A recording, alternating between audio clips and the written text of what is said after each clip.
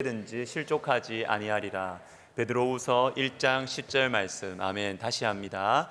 그러므로 형제들아 더욱 힘써 너희 부르심과 택하심을 굳게 하라. 너희가 이것을 행한즉 언제든지 실족하지 아니하리라. 베드로후서 1장 10절 말씀. 아멘. 암송하실 수 있으시겠죠? 눈을 감고 해보겠습니다. 눈을 감고 시작. 그러므로 형제들아 더욱 힘써 너희 부르심과 택하심을 굳게 하라.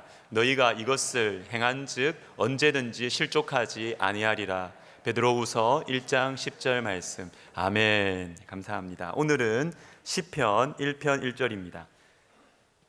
구약성경 804면 정도가 되겠습니다. 시편 1편 1절입니다.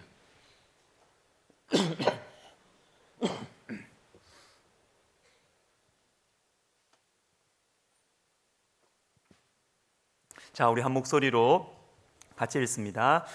복 있는 사람은 악인들의 꾀를 따르지 아니하며 죄인들의 길에 서지 아니하며 오만한 자들의 자리에 앉지 아니하고. 아멘. 기도하겠습니다. 하나님 아버지, 우리 교회에 또 귀한 영혼 보내주셨습니다. 하나님, 우리 교회에서 주님을 만나게 하시고 새롭게 만나게 하여 주옵소서. 하나님, 우리 시온성가대 주님께서 성령 충만함의 은혜를 더하여 주옵소서. 하나님 아버지, 말씀을 듣습니다. 말씀을 전하는 자, 듣는 자에게 평강함과 자유함을 주셔서 주의 말씀의 문을 활짝 열고 듣게 하여 주옵소서. 예수님의 이름으로 기도하옵나이다. 아멘. 어제 아침에 제가 롯데월드 있는 그쪽 있잖아요. 잠실에 아침에 이렇게 차를 타고 갔다 올 일이 있었습니다. 그 볼일 보고 나서 그 다음에 이렇게 집으로 돌아오는데 거기 잠실 학생체육관도 있고 이렇게 있잖아요. 그 앞에 그걸 지나가는데 그 앞에 깃발이라 그래야 되나요? 이렇게 인도에 이렇게 달아놓은 거 있더라고요. 쭉쭉 달아놓은 거. 그래서 그게 갑자기 눈에 보이더라고요. 보여서 가만히 보니까 그 치어리더가 이렇게 그 옷을 이렇게 입고 이렇게 손을 번쩍 들고 언제든 응원할게요 이렇게 이제 붙여놨더라고, 사진 이렇게.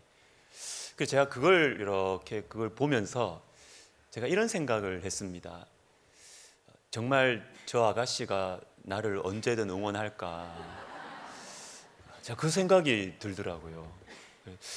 저 아가씨가 참 이렇게 얼굴은 너무 예쁜데 정말 저 아가씨가 내가 힘들 때 나를 응원해 줄까?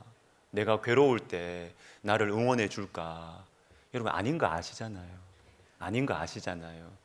그러면서 제 마음속에 우리가 방금 암송했던 이 말씀이 생각이 나는 것입니다.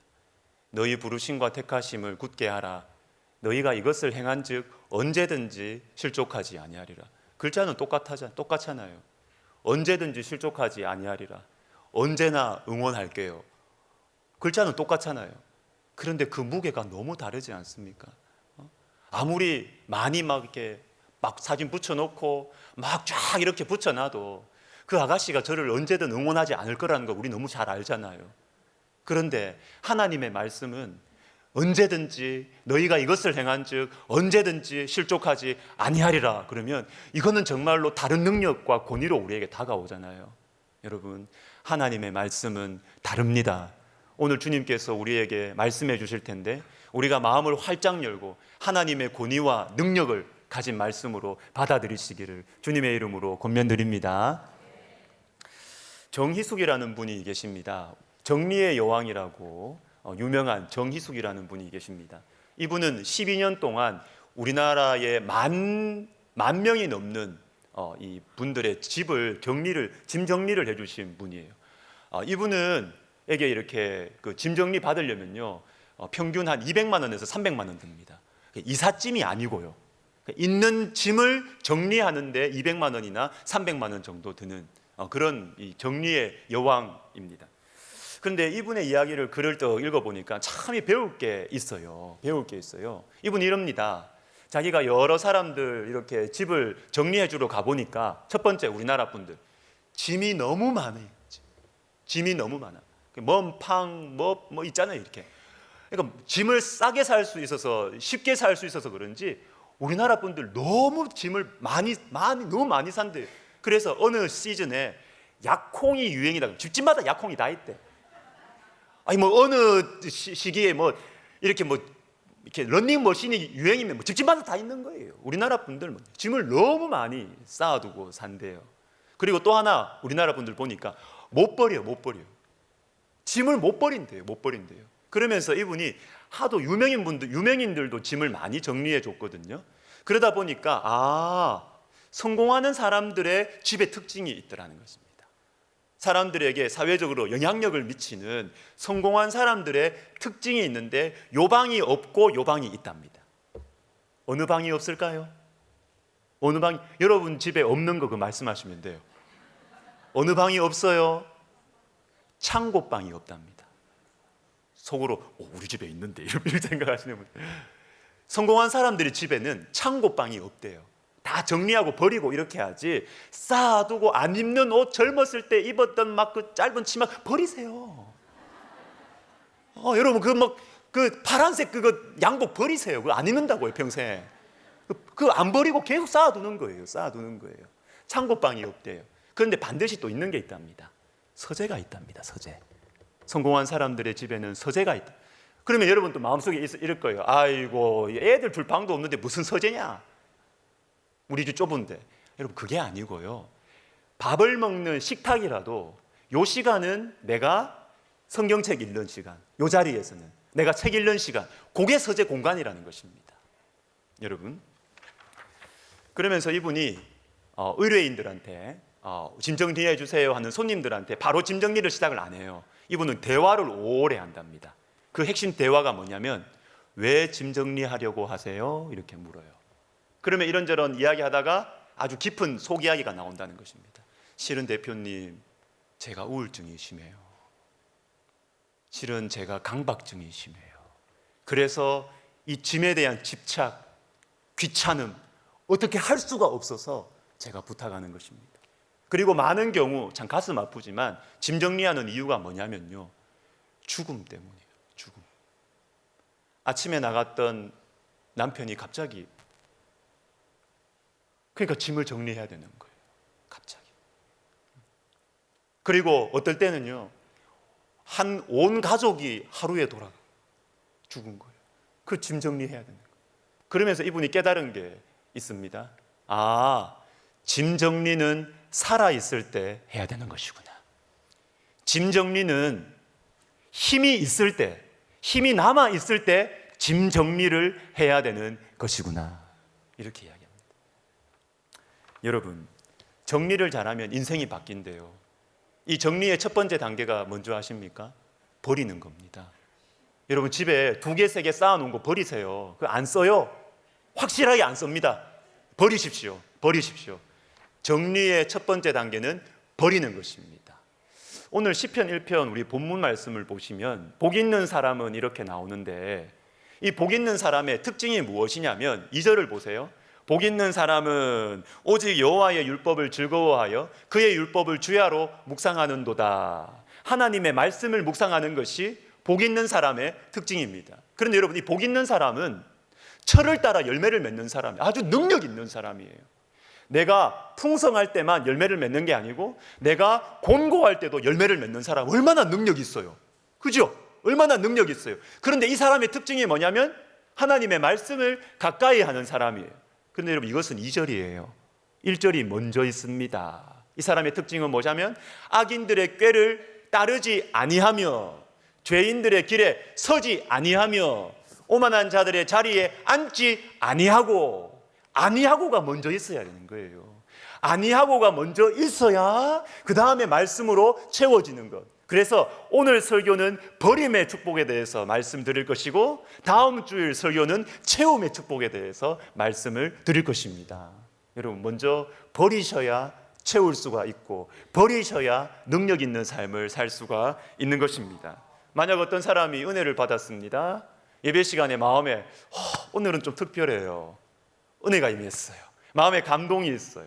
그래서 나도 좀 성경을 읽어봐야 되겠다. 이렇게 해서 성경을 읽습니다. 그런데 성경을 읽는데 성경을 읽으면서 당장은 아니라도 성경은 읽으면서 계속해서 음란물을 보는 거예요. 자기 습관대로. 성경을 가까이 하고 싶다, 알고 싶다, 계속 이렇게 하면서 게임 도박을 계속 하고 있는 거예요. 성경을 계속 내가 읽으면서도 계속 부부에게 어려운 일을 하는 거예요. 배우자에게. 여러분, 그러면 말씀이 들어오지 않습니다. 말씀이 들어와도 날아다녀요. 날아다니고 열매를 맺을 수가 없는 것입니다. 버리는 것이 시작이고 능력인 것입니다. 여러분, 창세기 12장을 보십시오. 창세기 12장은 새로운 출발, 그런데 역사의 바닥에서 주님께서 새로운 출발을 하시는데요, 노아 홍수로 주님 쓸어버리셨습니다. 바벨탑 사건으로 주님께서 흩어버리셨습니다. 이 역사의 바닥에서 새로운 출발을 주님께서 시작하시는데 뭐부터 하시느냐? 1절 말씀을 같이 읽습니다. 너는 너의 고향과 친척과 아버지의 집을 떠나 내가 내게 보여줄 땅으로 가라. 가라 전에 뭐가 있습니까? 떠나야 됩니다. 아버지와 친척과 고향. 아브라함의 고향은요, 우상 숭배하는 곳이에요. 우상 숭배로 막 가득 찬 곳이에요. 바로 이 땅을 떠나라. 떠나야 새로운 출발을 할 수가 있다라는 것입니다. 그런데 여러분, 이렇게 잘 시작을 했다고 해봅시다. 내 나쁜 습관들 끊었어요. 버렸어요. 새 출발했습니다. 근데 새 출발해도 인생을 살아가면서 위기를 만날 때가 있잖아요. 위기. 창세기 35장에 보시면 위기를 만난 야곱의 모습이 나오고 있습니다. 레위와 시므온, 이 잔인한 이 두 아들이요, 너무 냄새나는 잔인한 행동을 했어요. 그래서 주변에 있는 같이 사는 모든 이웃들이 우리 가족을 죽이려고 하고 있습니다. 인생의 위기입니다. 나를 죽이려고 하고 있습니다. 나를 끌어내리려고 하고 있습니다. 이때 하나님께서 야곱에게 주신 귀한 마음이 있습니다. 35장 2절 말씀을 같이 읽습니다. 시작. 야곱이 이에 자기 집안 사람과 자기와 함께한 모든 자에게 이르되 너희 중에 있는 이방 신상들을 버리고 자신을 정결하게 하고 너희들의 의복을 바꾸어 입으라. 아멘. 뭐부터 하라 그래요? 버려라 그럽니다. 바꾸어 입으라. 정결하게 하라라고 그럽니다. 여러분, 혹시 요즘에 여러분들을 작심하고 죽이려고 하는 사람이 있습니까? 매장시키려고 하는 사람이 있습니까? 여러분 자리를 막 뺏으려고 하는 사람이 있습니까? 여러분, 그 사람 해결하는 게 먼저가 아니에요. 그 문제 해결하는 게 먼저가 아니에요. 인생의 위기, 사람들의 공격을 받을 때 먼저 해야 되는 것은 뭐냐면 내 안에 있는 우상들을 버리는 것입니다. 우리 가정에 있는 우상들을 버리는 것입니다. 나를 괴롭히는 사람을 같이 싸워서 나도 무너뜨리겠다, 그 사람을 싸워서 이겨야 되겠다, 이게 먼저가 아닙니다. 내 안에 있는 우상들을 버려야 되는 것입니다. 더러운 것을 정결하게 해야 된다라는 것입니다. 이렇게 우리가 인생의 위기를 넘겼다고 해봅시다. 인생의 위기를 넘기면 사람의 깊이가 생겨요. 성숙이 일어나고 성장이 일어납니다. 그런데 여러분, 이 성장과 성숙도 어느 기간 통해서 이루어지겠지요. 이 기간에 필요한 것이 또한 버림이에요. 버림이 있어야 성장하고 성숙합니다. 베드로전서 2장 1절과 2절을 같이 읽습니다. 그러므로 모든 악독과 모든 기만과 외식과 시기와 모든 비방하는 말을 버리고 갓난아기들 같이 순전하고 신령한 젖을 사모하라. 이는 그로 말미암아 너희로 구원에 이르도록 자라게 하려 함이라. 우리를 자라게 하려고 하신다는 거예요. 그 자라게 하려고 하시는데 주님이 하시는 두 가지 작업이 있습니다. 두 가지 작업. 뭐냐면 신령한 젖을 사모하라. 주의 말씀을 사모하라, 가까이 하라. 그러면 자라게 될 것이다 라는 것입니다. 근데 이게 두 번째고요, 첫 번째가 있습니다. 첫 번째가 뭐예요? 버리는 겁니다. 버리는 것입니다. 모든 악독을 버려야 되는 것입니다. 모든 기만과 외식, 뭐예요? 폼 잡는 거예요. 겉멋든 거예요. 겉멋든 거. 겉멋을 버리라는 것입니다. 겉멋, 외식과 기만을 버리라는 것입니다. 여러분, 버려야 자라날 수가 있는 것이에요. 버려야 자라날 수가 있는 것입니다. 여러분, 어떤 집에 자꾸 냄새가 나요. 우리 집에 자꾸 냄새가 나요. 갑자기 없던 날파리들이 자꾸 막 우리 집에 막 날아다녀요. 왜 그럴까요? 향수도 뿌려봤어요. 안 돼요. 계속 냄새가 또 나요. 가만히 보니까 저 농 밑에 카라멜이 썩어가고 있어요. 카라멜이 땅콩 카라멜 그거 있잖아요. 썩어가고 있는 거예요. 그거 어떻게 하면 냄새가 없어지겠습니까? 향수 뿌린다고 될까요? 그거 막는다고 될까요? 아니죠. 치워야지. 치워야지. 버려야지 냄새가 사라지게 되는 것입니다. 여러분, 우리의 인생 가운데 혹시 더러운 냄새가 나지 않나요? 우리가 하는 말들 가운데 더러운 냄새가 나지 않나요? 버리셔야 돼요. 버리셔야 돼요. 버려야 우리는 자라날 수가 있는 것입니다. 그러면 우리가 성장하게 되고 또 인생의 깊이가 생기고 성숙하게 되면 그 다음 문제는 뭐예요? 실족하지 않고 끝까지 달려가야지. 그죠? 끝까지 달려가야 하는 것입니다. 중간에 에베레스트 산 정복하고 그 다음에 내려오면서 실족하면 안 된다 그랬잖아요. 자랐으면 그게 계속 끝까지 달려가는 것이 필요해요. 히브리서 12장 말씀을 보겠습니다. 여러분, 히브리서 말씀의 이 핵심 주제를 한마디로 말하면 뭐냐면 끝까지입니다. 끝까지. 어떻게 하면 끝까지 달려갈 수 있을 것이냐? 12장 1절 말씀을 같이 읽습니다. 시작. 이러므로 우리에게 구름같이 둘러싼 허다한 증인들이 있으니 모든 무거운 것과 얽매이기 쉬운 죄를 벗어버리고 인내로서 우리 앞에 당한 경주를 하며, 동사 3개가 나와요. 맨 마지막에 경주를 하며, 경주하라는 것입니다. 끝까지. 중간에 다시 돌아가지 말고, 유대교로 다시 돌아가지 말고 끝까지 네 힘으로 하려고 하는 그 인생관 돌아가지 말고 주님의 은혜를 붙들고 살아가는 이 길을 끝까지 경주하라는 것입니다. 근데 끝까지 경주하기 위해서 주님께서 우리에게 권면하시는 것이 2가지가 있어요. 첫 번째 뭡니까? 허다한 증인들을 우리에게 주셨어요. 허다한 증인들. 증인들이 뭐예요? 보고 들은 것을 말하지 않을 수 없는 사람들. 내가 이 믿음의 길을 먼저 간 거예요. 우리에게 믿음의 선배들이 있는 것입니다. 믿음의 부모님들이 있는 것입니다. 교회 안에 믿음의 선배들이 있는 것입니다. 너 지금 힘들고 어렵지만 이 시간 네 인간적인 머리 돌리지 말고, 그렇게 가면 지금 당장 해결될지 모르지만 네 인생 안 풀린다. 너희 가정 안 풀린다. 믿음으로 살아야 된다. 이때 기도하면서 믿음으로 용서해야 된다. 믿음으로 양보해야 된다. 이렇게 말해주는 허다한 증인들을 주님께서 우리 옆에 두셨습니다. 성가대 이렇게 모아두신 이유가 뭐예요? 찬양하기 위한 것만이 아닙니다. 그것만이 아니고 서로 믿음의 증인들이 되라고 이렇게 모아두신 거예요. 파트장 여러분들, 그렇게 하라고 두신 거예요. 근데 여러분, 그것만 있는 게 아니에요. 우리가 해야 될 게 있어요. 허다한 증인들을 두는 것은 주님이 우리에게 하신 것이고, 우리가 해야 될 일이 있습니다. 끝까지 경주하려면 뭐예요? 모든 무거운 것과 얽매이기 쉬운 죄를 벗어버리는 거예요. 여러분, 우리의 영혼을 무겁게 하는 게 뭐예요? 우리가 하나님 앞에 가까이 다가가려고 하는데 너무 무거워서 못 가겠어. 이것도 걸리고 저것도 걸리고. 여러분, 그것을 벗어버려야 끝까지 갈 수 있어요. 끝까지. 그리고 모든 무거운 것과 그 다음 나오는 게 뭡니까? 얽매이기 쉬운 죄를 벗어버리라 그럽니다.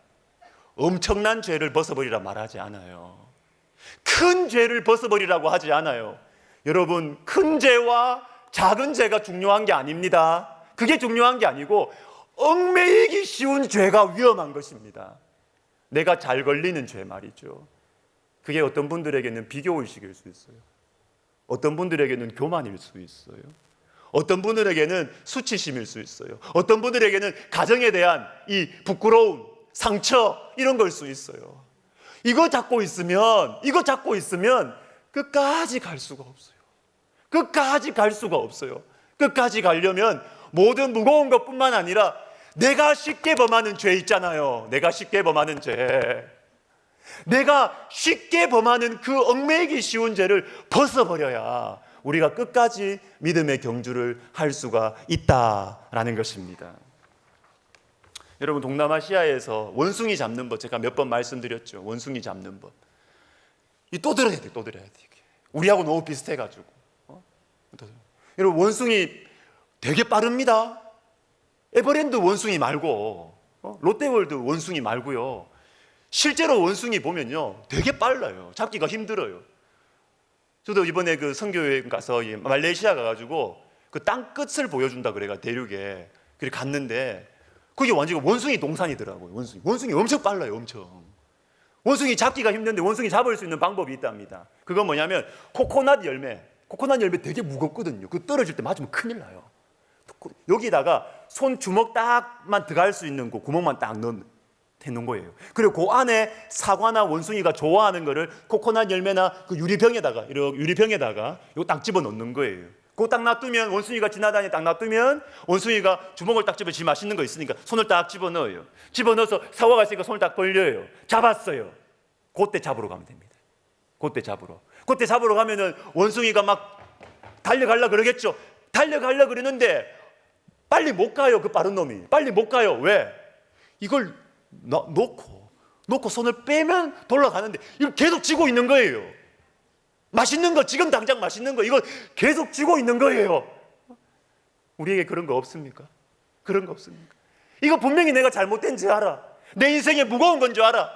이걸 놓으면 됐는데 이걸 못 놓으니까 계속 쥐고 덜렁덜렁 가니까 가서 원숭이 꽁 때리면 죽는 거예요. 우리 모습하고 너무 비슷하지 않습니까? 내 인생에 의미를 두고 있는 내가 너무너무 사랑하는 것, 하나님보다 더 사랑하는 것, 내 자존심, 내 이력, 경력, 우리 자식 못 놓는 거예요. 이거 주님께서 우리에게 놓으라고 하실 때가 있습니다. 그거 무조건 버리라는 게 아니에요. 주님이 우리에게 버리라고 하실 때가 있습니다. 그때 나야 살아요. 나야.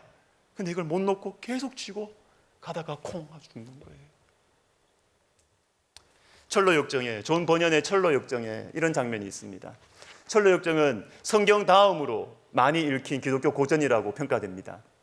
거기에 보면 주인공인 크리스찬과 친구인 신실이라는 친구가 둘이 이렇게 여행을 하다가 어떤 시장에 들어가요. 헛되매 시장이라는 곳에 들어갑니다. 헛되매 시장에 가가지고 보니까 뭘 파는가 이렇게 보니까 뭐 여러 가지 다양한 물건들, 보통 시장에서 파는 물건들 팔 뿐만 아니라 또 다른 것도 막 팔아요. 창녀, 포주, 남의 아내, 남의 남편, 남의 자식, 내 자식, 주인, 종, 삶, 피, 육체, 목숨, 은, 금, 진주, 이걸 다 파는 거예요. 그게 남의 남편을 파네, 남의 아내를 막 팔고 있네.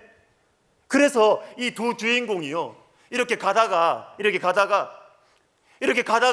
갑자기 이 상인들이 그냥 그 시장을 지나다니고 있는 이 우리 크리스찬과 신실을 갑자기 잡아가지고 말이죠 재판장에 데리고 와요.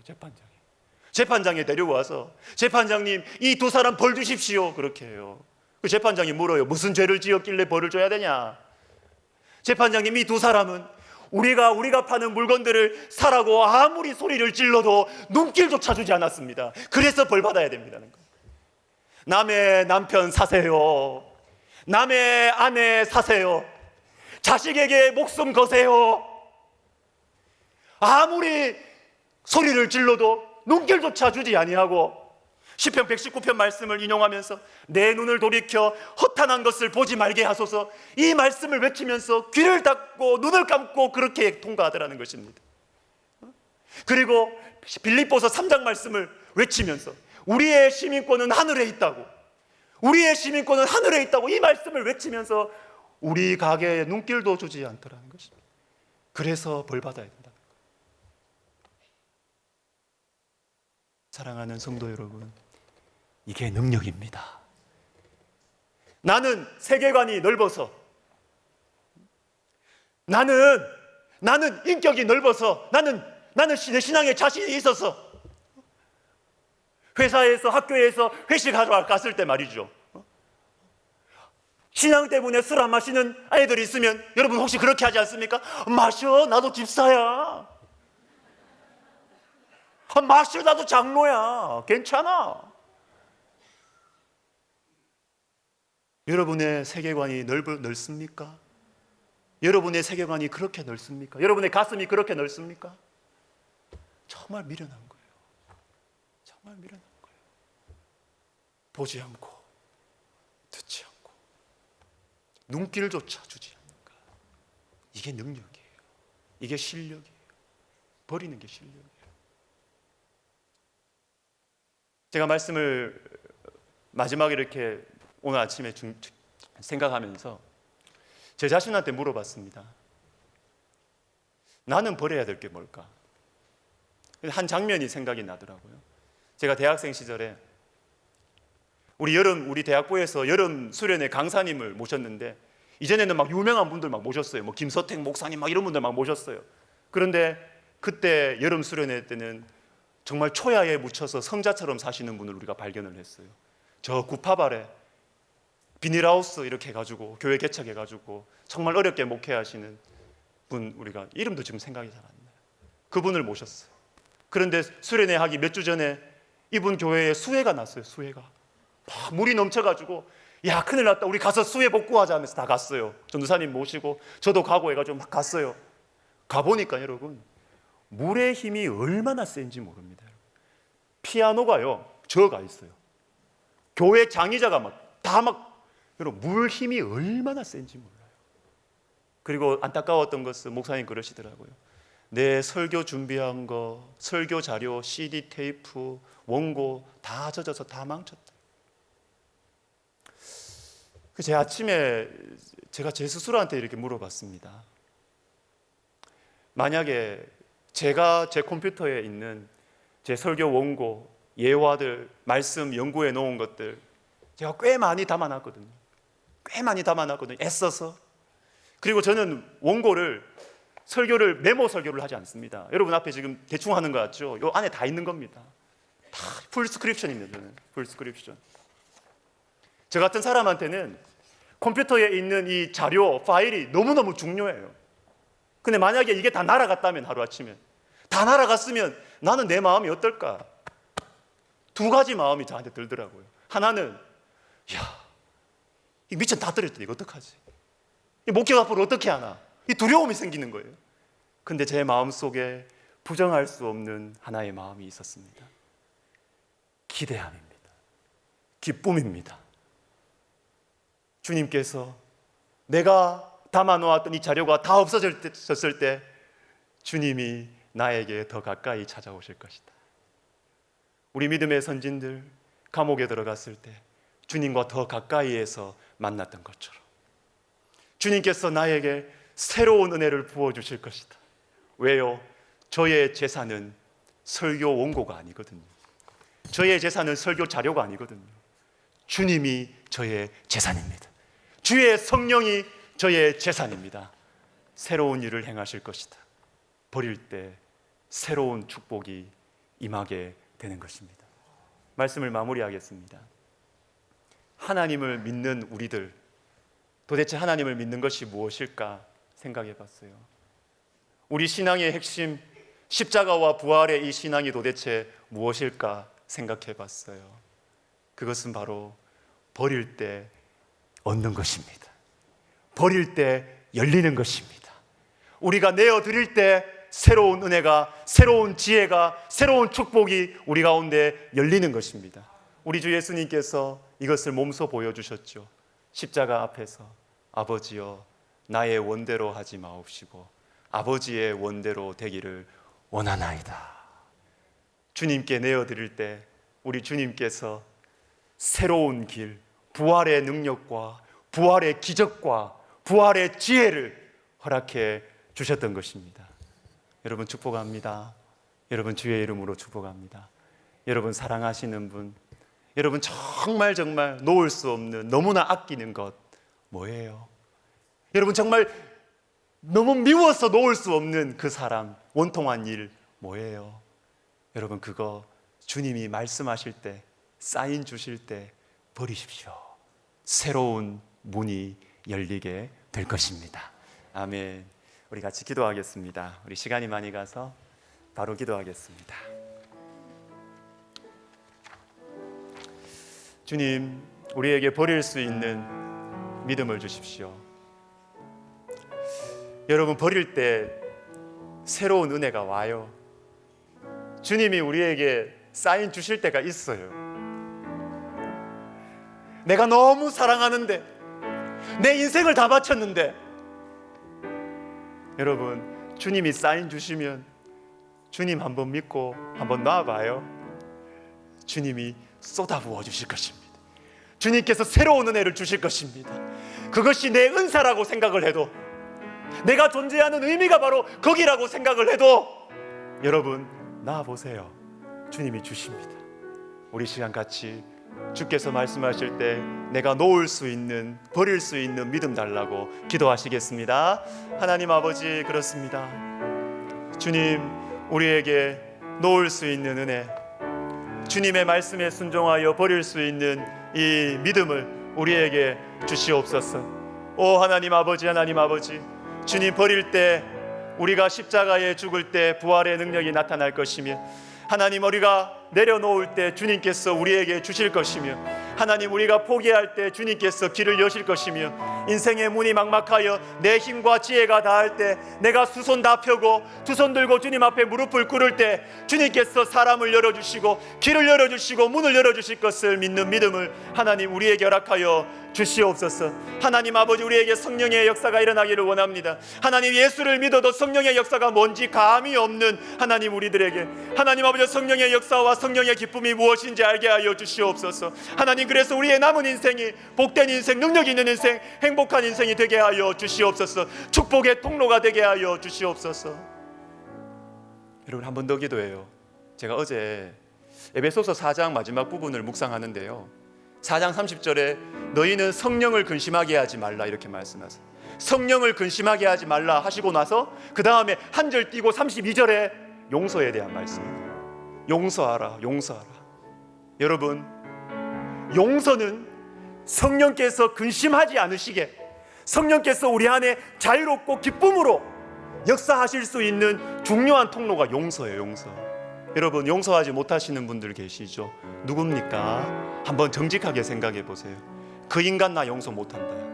나를 배신하고 내 등에 칼을 꼽았던 그 인간 나 용서 못한다. 우리 가정을 망가뜨렸던 그 인간 나 용서 못한다. 그리고 어떤 사건이 있으시죠? 지금 나의 이 비참함을 야기시킨 그 사건 나 용서 못한다. 그리고 제일 용서하지 못하는 존재가 있습니다. 나 자신. 나 자신. 나는 이렇게 무능한 나 자신 용서 못한다. 이렇게 낙오한 내 자신 나 용서 못한다. 이렇게 별 볼 일 없는 나 자신 나 용서 못한다. 이렇게 형편없는 나 자신 나 용서 못한다. 여러분, 용서하십시다. 용서라는 말의 원어 자체가 풀어주다예요. 놓아주다예요. 이 시간 기도할 때 주님, 제가 용서하게 하소서. 그래서 성령의 역사가 내 인생 가운데 일어나게 하여 주시옵소서. 기도하겠습니다. 하나님 아버지, 그렇습니다. 제가 용서하지 못하는 사람 있어요. 나를 배신한 그 사람 있어요. 나를 끄집어 내리려고 했던 사람들이 있어요. 나를 미워했던 사람들이 있어요. 하나님 아버지, 나에게 수치심을 주었던 사람 있어요. 하나님, 나에게 너무나 마음에 깊은 상처를 남긴 사람이 있습니다. 하나님 아버지, 용서하게 해주세요. 그리고 하나님 아버지, 내가 내 자신을 용서하지 못하겠습니다. 내 자신을 들들 볶고 있습니다. 하나님 아버지, 내 무능한 이 내 자신, 이 하나님, 내가 이거 아버지 역할 제대로 못하고 엄마 역할 제대로 못하는 내 자신이 내가 내 자신이 너무 밉습니다. 하나님 아버지, 내가 주님 앞에서 내 자신을 용서하기 원합니다. 하나님 아버지, 사람들을 용서하기 원합니다. 그 아버지 너무나 아팠던 그 일들을 용서하기 원합니다. 그래서 주의 성령께서 근심하지 않으시고, 성령께서 내 안에서 기뻐하게, 성령께서 내 안에 자유롭게 내 삶 속에 역사하실 수 있도록 하나님 아버지, 우리에게 용서할 수 있는 믿음을 하나님 이 시간에 허락하여 주시옵소서. 예수님의 이름으로 기도드립니다. 다 같이 일어나셔서 찬송을 좀 바꿔서 부르겠습니다. 주가 보이신 생명의 길, 나 주님과 함께. 상한 마음 주님 앞에 드리는 거예요. 나의 의로움이 주님이시니까. 내가 잘 살아서 내가 의로운 게 아니라 나의 이 누더기 같은 이 의, 그거 주님 앞에 드리면 주님이 좋은 의로 새로운 옷을 입혀주시니까. 나는 무능하지만 이것을 주님 앞에 내놓으면 주님이 새로운 능력을 주시니까 주님이 우리의 길을 아셔요. 우리 말씀 생각하면서 믿음으로 우리 찬양하겠습니다. 주가 보이신 생명의 길, 나 주님과 함께. 상한 마음을 들이며 주님 앞에 나가리. 나의 의로움이 되신 주, 그 이름 예수. 나의 길이 되신 이름 예수. 다시 합시다. 다시 합시다. 주가 보이신 생명의 길, 주가 보이신 생명의 길, 나 주님과 함께 상한 마음을 들이며 주님 앞에 나아가 나의 의로움이 되신 주 그 나에게 길이 되십니다. 주님이 나의 길이 되시니 예수 나의 길 오직 그가 하시나니 나를 단련하신 후에 내가 정금같이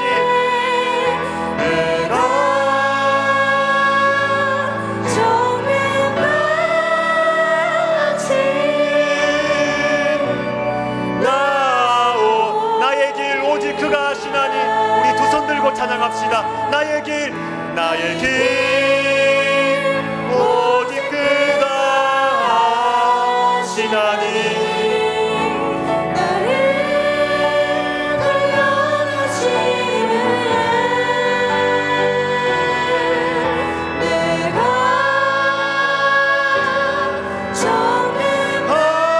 정림하지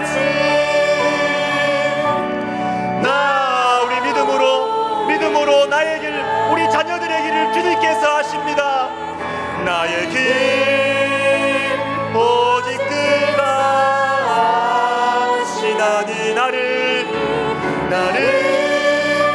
단련하신 후에 그렇습니다. 나를 정금같이 내가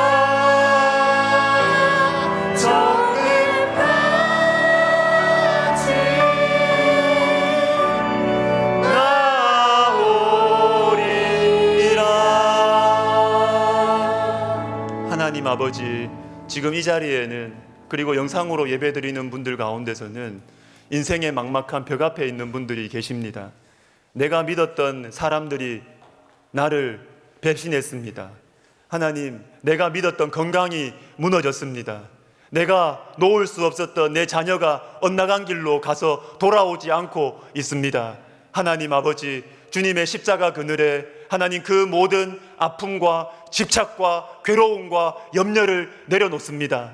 하나님께서 세계를 여시고 하나님께서 새로운 지혜와 축복과 능력을 더하여 주시옵소서. 하나님, 이 믿음과 이 소원을 가지고 주님 앞에 예물을 드립니다. 하나님, 우리 사랑하는 성도들의 그 인생과 가정과 자녀들과 생업 가운데 하늘 문을 여시고 주님께서 새로운 문을 열어 주시옵소서. 새로운 길을 열어 주시옵소서. 하나님, 올 한 해 가운데 주님께서 역사하시고 능력을 베풀어 주시옵소서. 간증을 가지고 살아가는 인생이 되게 하여 주시옵소서. 내가 믿는 예수님을 전하며 살아가게 하여 주시옵소서.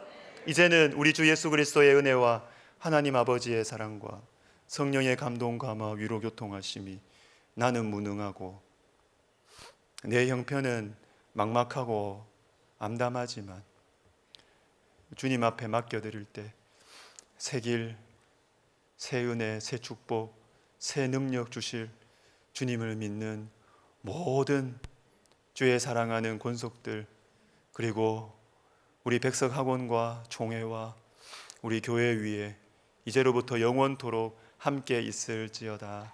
아멘.